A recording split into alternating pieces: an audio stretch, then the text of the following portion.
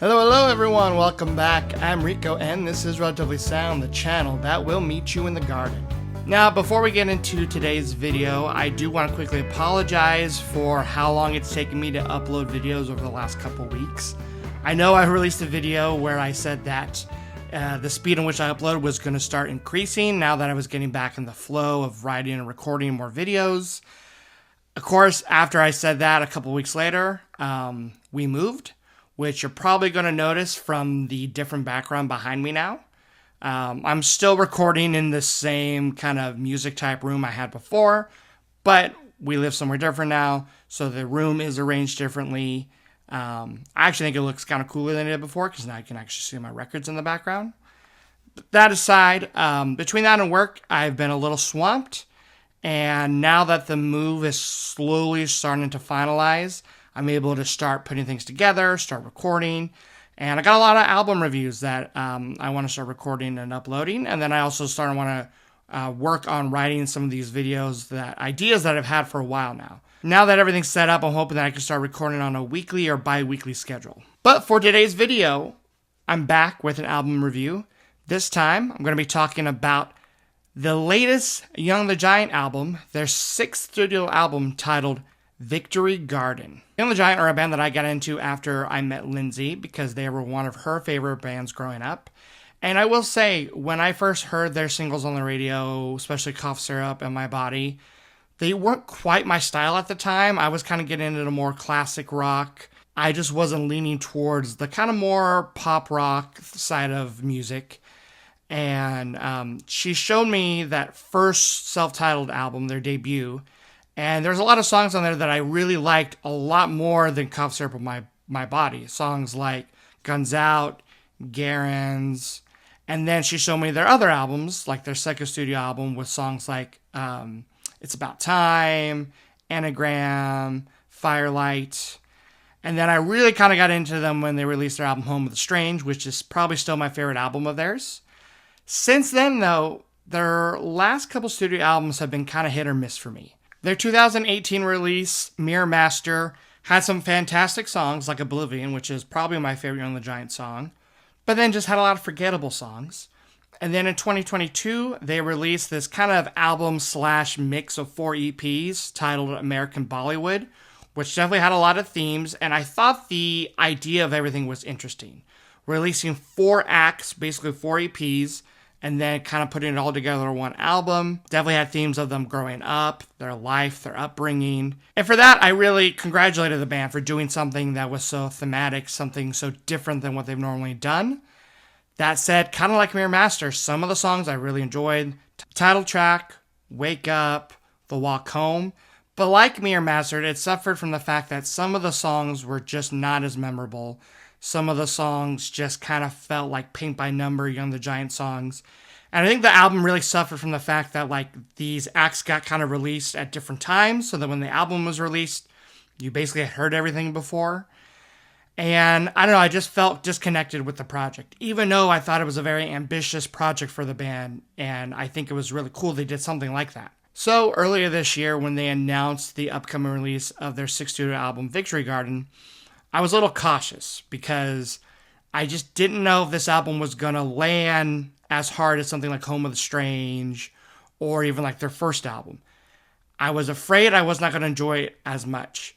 And I was especially afraid after they released the first single from the album, Different Kind of Love. I will say the more I've listened to the song, the more it's connected to me, the more it's grown on me. Again, it's a very slick song for the band, nothing mind-blowing. Very kind of more on the pop side than I would say rock. Although I will say there's a very nice kind of heavy bass tone when it comes to the verse of the song. But just like musically, it just kind of seemed like the last couple albums where it's like very passable, nothing to get mad at, but just nothing that excites me.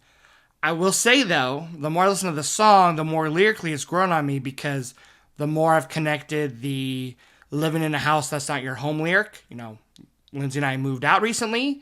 And we finally moved somewhere where we feel like this could be our home, at least for a while. So like lyrically, yes, the song is one that I appreciate a lot more. But musically, it just was not going to be something that was going to be a favorite of mine. Then they released their second single, Bitter Fruit.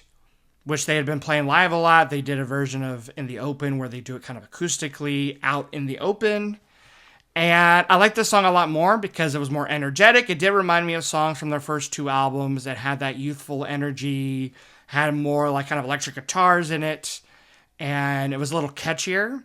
But again, I don't know, it kind of felt still a little safe.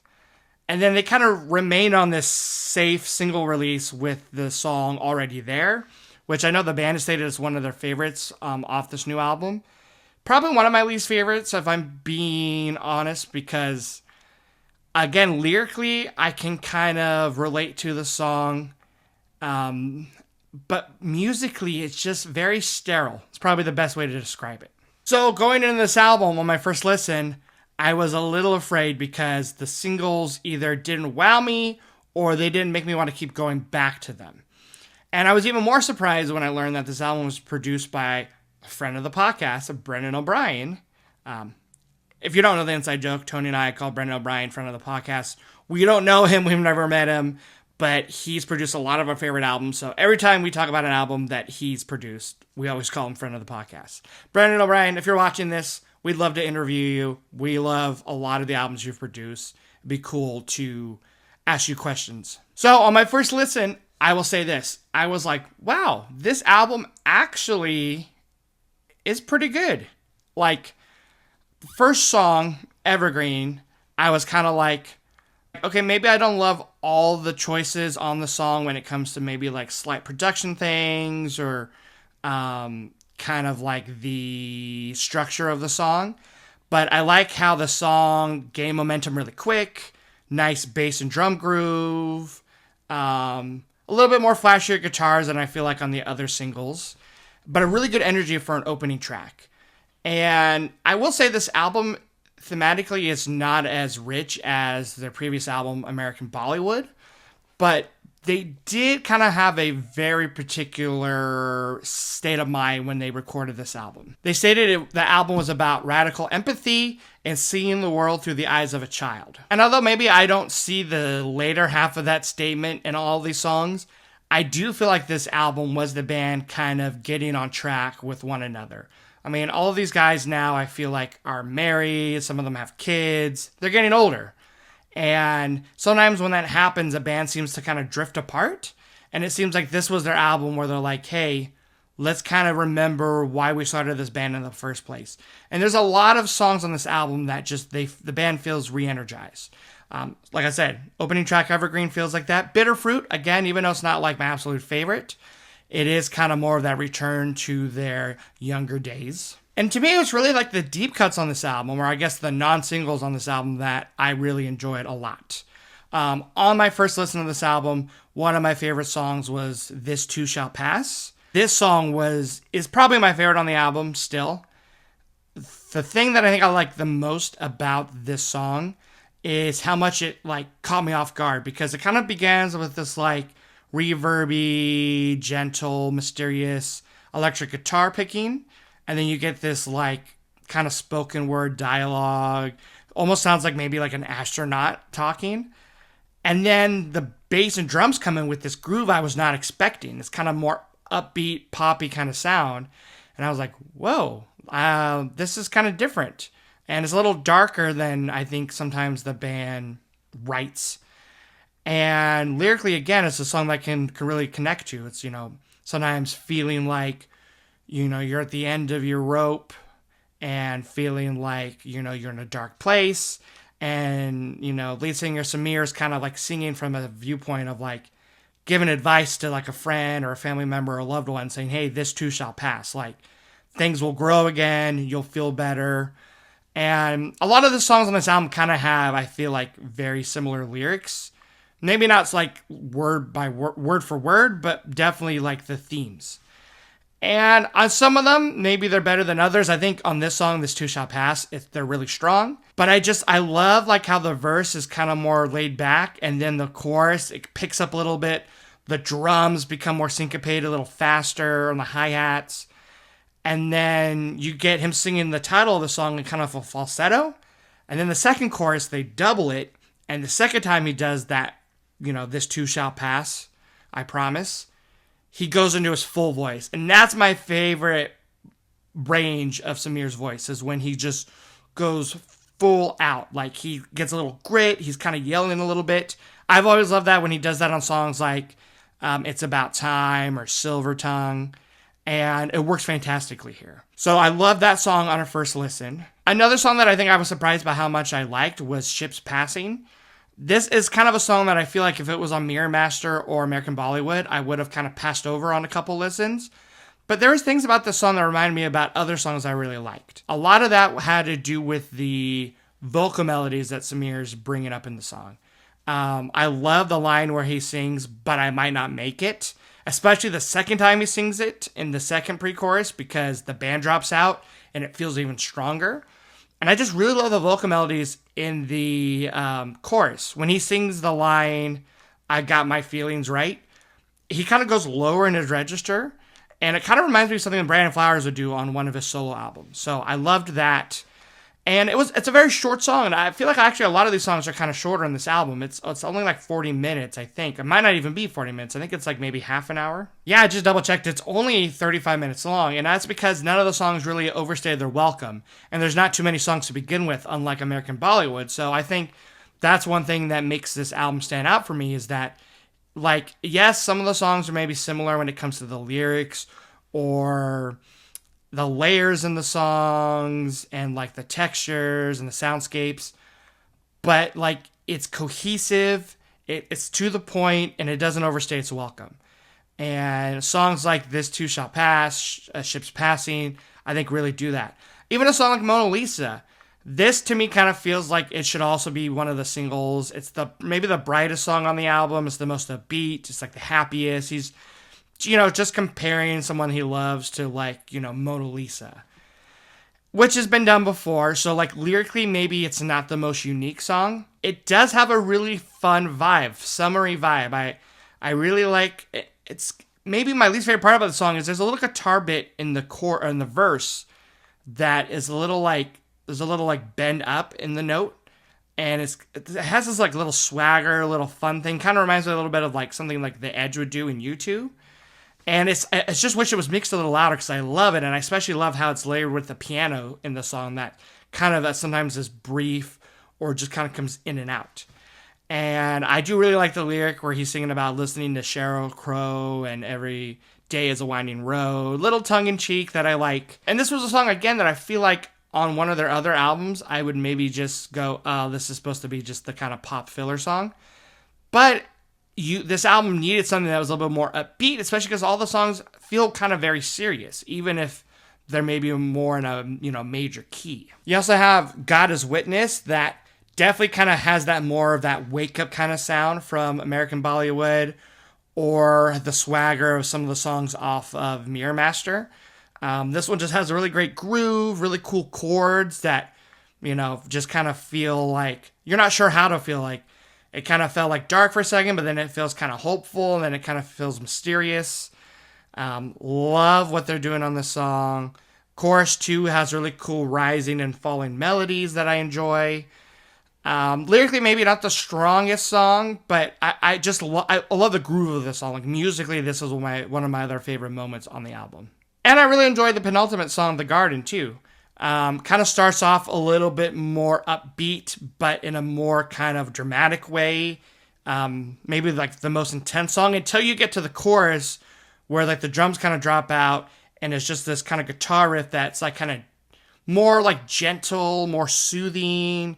A really cool riff. So even though I loved a lot of the songs on the album, I don't think it's a perfect album. Again, already there musically is not my favorite. Some of the songs I feel like lack like a bridge or like an extra part. Like, I love the fact that the songs are shorter, but they're all kind of just like verse, chorus, or maybe verse, pre-chorus, chorus. There's not too many bridges, and like the one bridge that like is the most standout on the album is in Different Kind of Love, where I feel like I go all the way down chanting vocal part. I don't love. I mean, I like that they bring it back into the end of the song, but it just wasn't my favorite to begin with.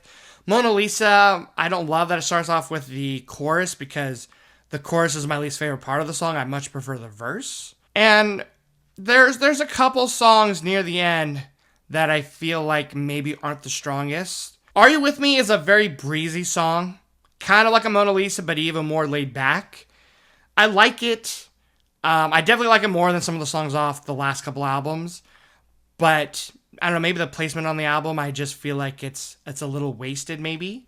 But again, a pleasant song. And then you got the song Life Is a Long Goodbye. I kind of like when bands do this normally. Like, I like when a band takes the shortest song on the album, the most simple, the most laid back, the most stripped, and makes it the end track. Take, for example, the Treacherous Hips album, Music at Work. The last song, As I Wind Down the Pines, an amazing album closer because it's nothing they've ever done before. I just love the acoustic guitars. It's so soothing and peaceful, and it feels right to end the album that way. That said, on this album with Life Is a Long Goodbye, it felt too short. It felt too much like more of an idea than a song. It's just piano and Samir's voice for the most part. The piano melody reminds me a little bit too much of In My Life by the Beatles, which again is a fantastic song, but I don't know, this one just didn't feel unique enough to the band. And again, it's like barely a minute long, so it's nothing that I'm like mad about. But I just feel like the album could have had a stronger closing track. And maybe like The Garden should have been it. Because like The Garden feels the more dramatic, powerful penultimate track. Maybe it would have been better as the closing track instead. But I will say this album really surprised me, really impressed me. Because again, maybe I went into the album with bars a little on the lower side. Just because of the band's last two albums. But I came out of it really enjoying it. In fact, right now, this is definitely in contention to be my favorite album of the year. Just because it felt like a nice comeback for the band. Like, again, maybe the singles aren't my favorite, but like the album tracks are fantastic. Ships Passing, This Too Shall Pass, God Is a Witness, Mona Lisa. Like, that middle of the album, just a fantastic run of songs. And I've been replaying this album a lot. You know, a kind of a good indicator if I like an album a lot is if I'm going to listen to it a lot outside of me just having to record this video. Like, am I going to be putting it on my normal rotation? And I have been, which I have not been doing on the last two albums. This is an album that I actually want to go out and buy on vinyl because that's how much I enjoyed it. Where with the last album of theirs, I just bought it to kind of complete the collection. Like, yeah, there's a couple songs I really love, but then there was some, a lot of songs I just don't ever really listen to. Again, not a perfect album. I still think Home of the Strange, just like something about that album to me, maybe it's because it was my first new album after I became a fan of the band, that it'll always have a more special place in my heart. That one's just a little bit more fun, a little bit more like maybe more experimental things than this album. But yeah, this is like a very solid, mature album for the band. And, right now, I think I'm like pretty happy giving it a 7.5 and maybe even an 8. No lower than a 7.5 because I think this is a really strong album. And I think over time, it could easily be like an 8. But I think that wraps up my thoughts about this album.